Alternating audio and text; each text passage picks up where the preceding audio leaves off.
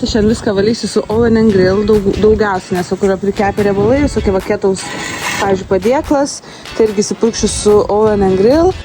Šito valiklio tikrai užteks ilgam, aš nežinau, pirmą turbūt metus laiko daugiau naudojau, bet jis tikrai labai veiksmingas. Tai visas orkaičių groteles, kietos groteles namie, nu žodžiu, kai reikėjo atsišveisti pačiai pradžiai, tai viską darau su juo.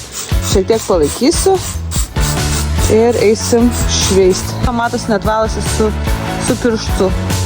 Visi prikepę riebalai.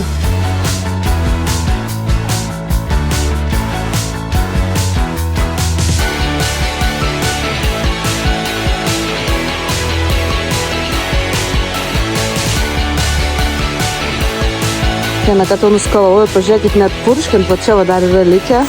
Iš karto matosi, kaip šalina riebaliuką.